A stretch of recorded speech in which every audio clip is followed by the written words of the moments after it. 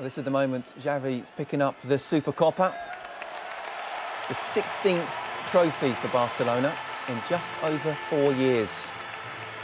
In fact, Xavi himself has won 22 trophies at Barcelona. That's not included, but he's won with the national side as well. And you can see at the Camp Nou, they're very happy as well. Henk, you know this feeling. You were with Frank Rijkaard back in 2005, winning the Supercopa. Just how important is it? It's the less important trophy you can win, but it's a nice start of the season. It gives you a boost, and especially for the new coach, TATA, that he starts with a trophy is very important. And I think he needs it because I foresee a very difficult season for him. Well, just before we come on to that, how much does San Jose need a trophy as well?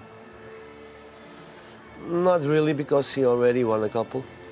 But very important for him is that NEYMAR is going to do well. That's the pressure. I think this is the big pressure for him, because he brought Villa and Fabregas to Barcelona, and they didn't really did very well.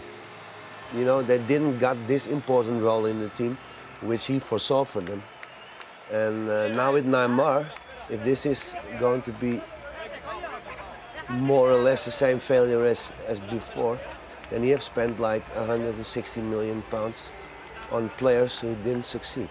Do you think that NEYMAR will be a failure in Barcelona? I'm not so convinced that he's, especially this year, because you have to give the guy credits. You have to get used to the different pace of the game in Europe, different circumstances. This is a very young player, and you have to give him time also to adapt to the way of life. You know, I've moved a couple of times from my home country, and believe me, it takes you a while before you get adapted, before you get used to the circumstances to live in, to work in, weather-wise. Which are what? What are the circumstances? The temptation of the city, for instance, is really big. I hope he can, you know, cope with that, and that Barcelona is smart enough to help him to do this, and to give him the necessary help to adapt in the city, because Barcelona is a city of temptations, and there's a lot of players who already have been broken down by the city, and which star doesn't shine anymore. Yeah, but he's a young guy, but he does have advisors around him. Yeah. His goal, of course, is won him the first trophy this season. Yeah, so that's very important, and this is what they're going to speak about now.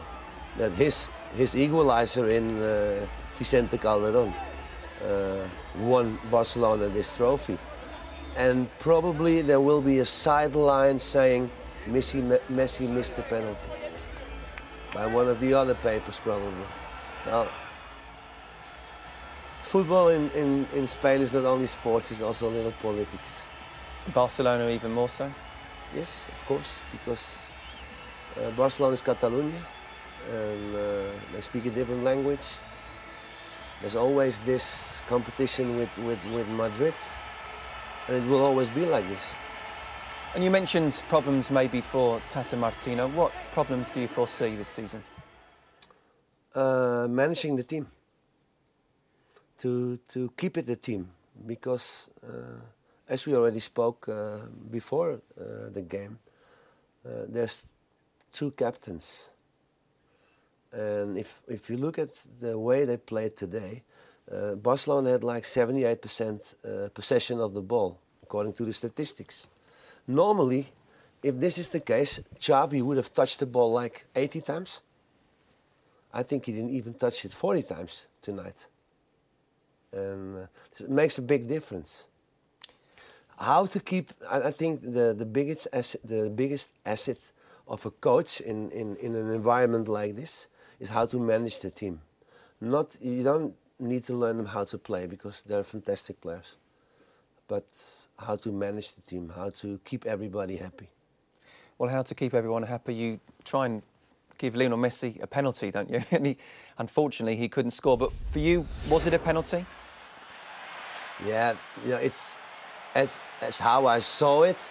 It was like a clumsy challenge. Like here, look, the guy's coming. No, I don't think so. Even though, I don't know if he touches him. It's hard to tell, but it could have been a penalty. And you were saying that you thought Lionel Messi would miss. Yeah. Why?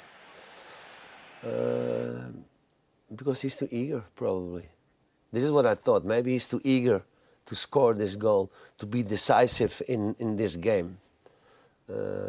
I saw the build-up to this game, and I read the different sports papers.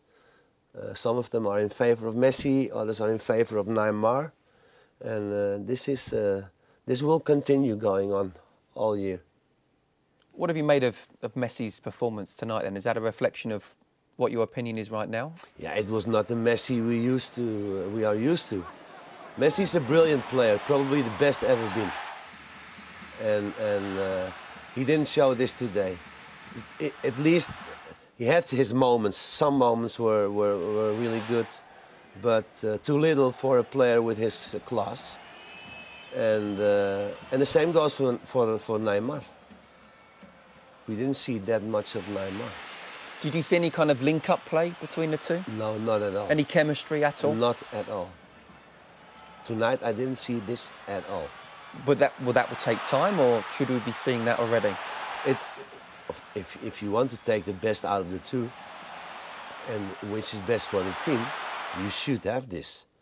But if they continue playing like this, I foresee a lot of problems. Well, it's just as well they had Victor Valdés in goal then, because he made a couple of very important saves, didn't he? A guy who... Yeah, people underestimate his quality lots of times. He won't be at Barcelona next season, apparently. No. Probably in the Premiership. I think this is one of the competitions he would like to play very much. Are you surprised he's made that decision not to renew his contract? No, I understand. He won all the trophies possible with Barcelona. He won all the trophies possible with the Spanish national team. Even he was a substitute, but he was part of this successful period of Spanish football. And all his life he played for Barcelona since he was a kid. I can understand that there comes a moment in time that you want to broaden your horizon and to taste a different culture, to play in another competition, because probably he played against Atletico Madrid already like 50 times in his career. OK, well, let's talk Atletico now. They lost, but they didn't actually lose in either game, surprisingly enough. But did they kind of lose their cool in the way that Barcelona were playing around them? At the end, you could see they were getting a little tired and frustrated. Should Felipe Luis have been sent off? From our point of view, it was very difficult to see, but this is, you know, it's the linesman which is very close to this situation, and it's twice, eh? Look, this is one. This is like ippon with judo. You call it ippon. You know? You throw one on the ground, and this is to finish it off. So I really don't know. It's hard to tell whether it's a straight red card, yes or no. And what you've seen there of Atletico Madrid, can they break into the top two? Are they close to Barcelona? No way. Why? No way. Because this is easy to play against Barcelona. But for Atletico Madrid, the problem starts when they play Osasuna, when they have to make the game and they have to give away space. So other teams can counter-attack against them. And as I already said, to play offensive football the way Barcelona does it is the most difficult there is, because there's very little space. You play like on a quarter field with like 20 players, and which is very difficult. The spaces are very narrow to make your combinations. In the beginning, the teams were more open against Barcelona. OK, Henk, great stuff. It's been fascinating listening to you. Look forward to speaking to you Saturday. OK, thank you. OK, well, there's a choice of two things you can watch right now if you want. Champions League goals on Sky Sports 1. Andy Murray is in defence. His first game, of course, of the US Open up against Michael Lodra. That's now on Sky Sports 3. And on Saturday, it's Osasuna versus Villarreal. Hank will be with me, 9:55, Sky Sports 4. So that's a new coach, but same old Barca. They lift another trophy, and it's back into the old routine. Gee, the joy to be there plugging. Take your best shot, back son. in the old routine.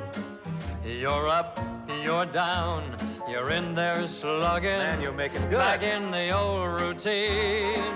Oh, give me the jazz, the razzmatazz, and we're fed on heaven's sea. Back in the old routine.